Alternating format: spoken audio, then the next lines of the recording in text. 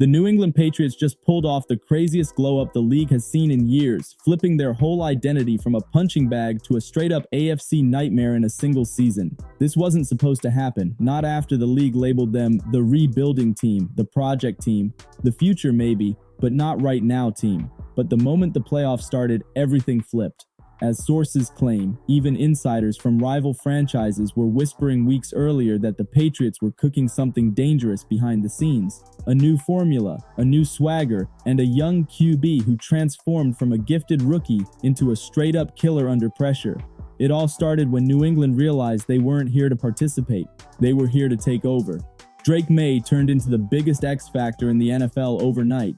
4-13, and now all of a sudden they're back in the Super Bowl. Vanell's weather, you see how tough it was to kick field goals. Game decided by a field goal. Second half of the game, I don't think anybody did anything. Just a matter of who didn't mess it up. And the Patriots coming out on top, going to 12 Super Bowls, pretty remarkable, especially with that team and Vrabel coming in and really just, turning around so quickly. It was one of the best turnarounds in sports from where the Patriots were last year, then going out and getting Mike Vrabel as their head coach, and then having this turnaround and now going to the Super Bowl. Pats Nation, we're going back to the Super Bowl, baby. That's what I'm talking about. The kid didn't fold in big moments. He thrived in them. Reports say Patriots coaches quietly stopped calling him rookie halfway through the season and started calling him the general because of the way he controlled the huddle. And when the playoffs hit, he played like a quarterback who knew the entire league doubted him.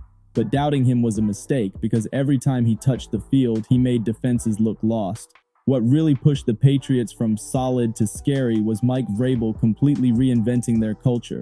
As sources claim, Vrabel changed practice intensity, changed expectations, changed the entire mentality inside that locker room. He told players point blank that New England wasn't rebuilding, they were reloading, and that message hit hard. Veterans bought in, young players stepped up. The defense started playing like the old Patriots squads that ended dynasties and shattered playoff dreams.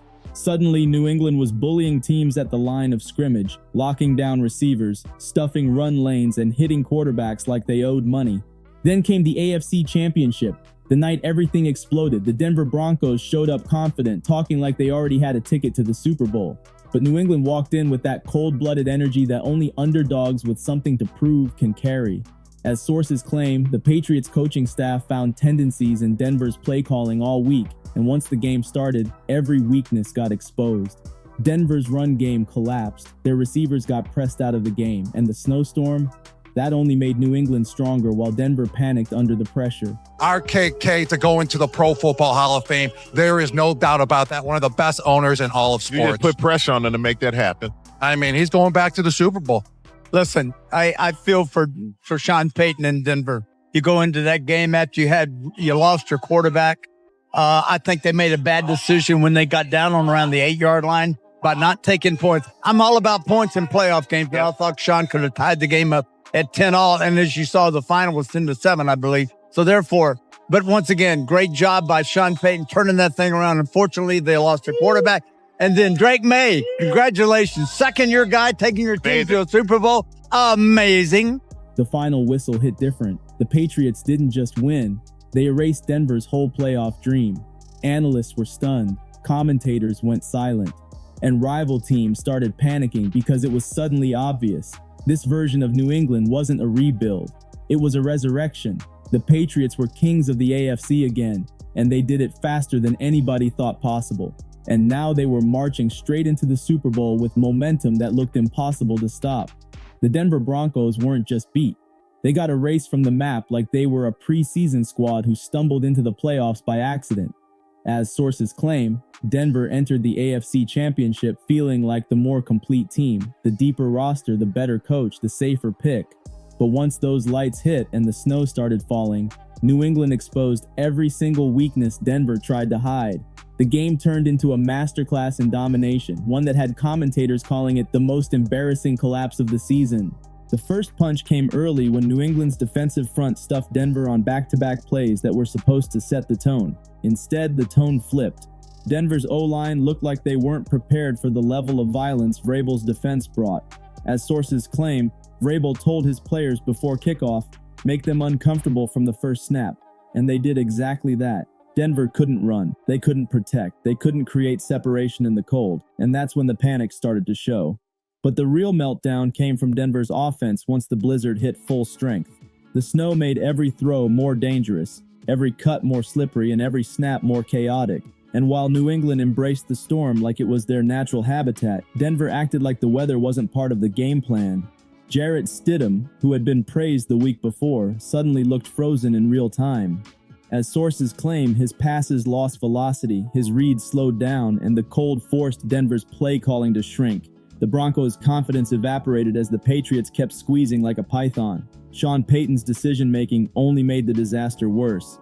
His controversial fourth down call, passing up a chance to build momentum early, flipped the whole vibe of the stadium. Denver fans online instantly snapped, saying Payton overthought the moment and cracked under pressure. And when he followed that with a field goal attempt instead of trusting the offense later in the game, the meltdown became complete. As sources claim, Denver players were visibly frustrated on the sideline. Heated arguments, confused looks, and coaches shaking their heads. And Drake Maye, he became the executioner. He didn't put up crazy passing numbers because the conditions were brutal, but he did something even more terrifying. He played mistake-free football. He used his legs to extend plays, dodge sacks, and break Denver's defensive structure. His mobility exposed every flaw Denver didn't fix all season. When Drake took off for that third down conversion in the third quarter, the entire energy flipped. You could feel it. Denver knew they were done. By the fourth quarter, Broncos fans were already tweeting eulogies for their season. New England's run game shredded clock. The defense suffocated everything Denver tried, and with every minute that passed, it became clear this wasn't luck, this wasn't weather, this wasn't situational football, this was domination. A full AFC takeover that left Denver fans devastated and the rest of the league terrified. And the Patriots weren't done.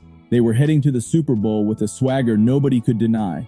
The biggest reason New England shocked the NFL comes down to one thing: Drake Maye turning into a flat-out monster in real time. This wasn't the rookie people expected to sit, develop slowly, and maybe become something in 2 years. Instead, he flipped into Tom Brady-level calm mixed with Lamar-level mobility and Mahomes-level improvisation, a blend the league never saw coming. As sources claim, multiple NFL insiders now believe Drake is already a top 5 quarterback in the league, and the AFC Championship performance cemented it. Everything changed mid-season when Vrabel made a major internal adjustment. He handed more control of the offense directly to Drake. As sources claim, early in the year, the coaching staff kept things conservative, but Drake kept proving he could handle more. By week 12, coaches reportedly removed over 40% of the training wheels plays and replaced them with full option checks where Drake controlled the protections and audibles. That shift unleashed him completely. Suddenly, he started reading defenses like a veteran, manipulating safeties, baiting linebackers, and switching play calls to attack weak spots he spotted on the fly. By the playoffs, players were calling him Ice Vein because nothing rattled him. Not noise, not pressure, not blitzes, not weather. Denver learned that the hard way. As sources claim, the Broncos came into the AFC Championship convinced they could confuse Drake by disguising zone coverage behind heavy fronts. But the kid tore through that strategy in the first quarter, adjusting at the line every time Denver rotated late. He wasn't just surviving the defense, he was controlling it like a chess match. What made him even more dangerous was his mobility. When the field turned icy and receivers struggled to separate, Drake's legs saved the game repeatedly. He escaped sacks, extended drives, and hit short throws that kept Denver on their heels. One run, that 18-yard scramble where he juked 2 defenders, instantly went viral. Analysts said the play symbolized the exact reason New England is ahead of schedule. The quarterback isn't playing like a rookie. He's playing like a franchise legend in the making. Even defensive players praised him after the game. As sources claim, one Patriots veteran said, "The kid don't blink, he just reacts and kills whatever's in front of him." That's the kind of energy Tom Brady had during the dynasty years. That feeling that no matter what chaos hit the field, the quarterback would control the moment. What's wild is that Drake is still growing. The decision-making is sharpening. The chemistry with receivers is tightening. The confidence is rising. And the scary part? Defenses haven't figured out how to stop a QB who can switch from pocket passer to backyard football to power runner in the same drive. Drake didn't just win games, he rewrote expectations. And now the league is officially terrified because this kid is leading New England into the Super Bowl with momentum nobody in the AFC can match. The Patriots didn't just get better, they transformed into a straight-up war machine under Mike Vrabel. His arrival flipped the entire culture, mentality, and energy inside the building. As sources claim, Vrabel didn't come in talking about rebuilding, culture resets, or slow timelines. He arrived day one saying New England was going to hit harder, prepare smarter, and punish anybody standing in their way, and that message became the DNA of this entire squad. The wildest part is how quickly the transformation happened.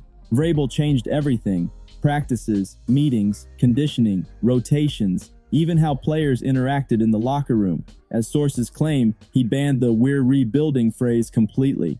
Every player had to earn reps instead of being gifted them based on draft status or contract. Veterans loved it. Young players respected it. Slackers got cut before they could become problems. His defensive mentality took over instantly. New England started smashing teams in the trenches like the old-school Pats defenses that used to bully entire divisions. The run defense became elite again. The pass rush turned violent. The secondary returned to its roots: physical, aggressive, and unpredictable. Vrabel brought back the identity that made the Patriots a dynasty, but with more attitude, more toughness, and more freedom for players to be themselves. One of Vrabel's boldest moves was rebuilding the coaching staff like a military unit. As sources claim, he hired assistants who specialized in situational football, extreme weather strategy, and red zone defense. That's why New England looked so comfortable in the snowstorm during the AFC Championship. Vrabel had them practicing in brutal conditions all year. Players said those sessions made the actual storm feel easier than expected. Then came the offensive shift. Vrabel brought in a coordinator who designed a custom playbook around Maye's strengths: mobility, decision-making, improvisation, and timing. The system opened up the field, letting Drake break free from the rigid schemes that trap most rookie quarterbacks. This wasn't a traditional Patriots offense. This was a hybrid system built to attack every weakness on the field and punish defensive mistakes instantly. Vrabel also changed the energy of the entire organization. As sources claim, players started showing up earlier, staying later, studying harder, and bonding tighter. The locker room stopped feeling like a team trying to survive and started feeling like a squad preparing for war. Opposing teams noticed the shift too. Suddenly, New England wasn't quietly rebuilding. They were snarling, aggressive, confident, and fully prepared to fight for every inch on the field. And the craziest part, Vrabel isn't even done. Insiders say he has a 3-year plan to build a roster deeper and more explosive than anything New England's had since the height of the dynasty. If this is year one, the league should be terrified, because Vrabel turned the Patriots from doormat to AFC champions in a single season, and now he's headed to the Super Bowl, ready to make history. The New England Patriots aren't just going to the Super Bowl, they're walking into it like a team of destiny. Everything about this season has felt scripted, dramatic, chaotic, and unstoppable in a way that screams championship energy. And the rest of the league is panicking because every sign points to New England doing the unthinkable, winning a Super Bowl way ahead of schedule. As sources claim, rival executives are calling this Patriots team the biggest problem for the next decade. And it's all because the 3 pillars of a championship squad, quarterback, coach, and defense, reached elite status at the exact same time. Maye is playing like a 10-year veteran. Mike Vrabel is coaching like a man possessed. And New England's defense looks like the most dangerous unit in the AFC heading into the biggest game of the year. But the real reason the league is scared is how quickly the identity flipped. Teams don't rise this fast. Rookie quarterbacks don't dominate this early. First-year coaches with new systems don't steamroll elite teams in the snow. The Patriots broke every rule of the rebuild timeline and did it with swagger, violence, and calm confidence all at once. As sources claim, several insiders believe New England exposed Denver so badly that the AFC might start copying Vrabel's entire defensive system next year.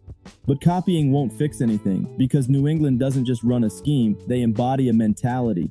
And that mentality came alive in the AFC Championship when the snowstorm hit and New England embraced it like destiny was calling their name. Heading into the Super Bowl, the Patriots have 3 unfair advantages. First, momentum. They're peaking at the perfect time. Second, versatility. They can win on the ground, through the air, with defense, or with special teams. Third, toughness. They don't panic, they don't fold, they don't blink under pressure. Maye has proven he can adjust to any condition.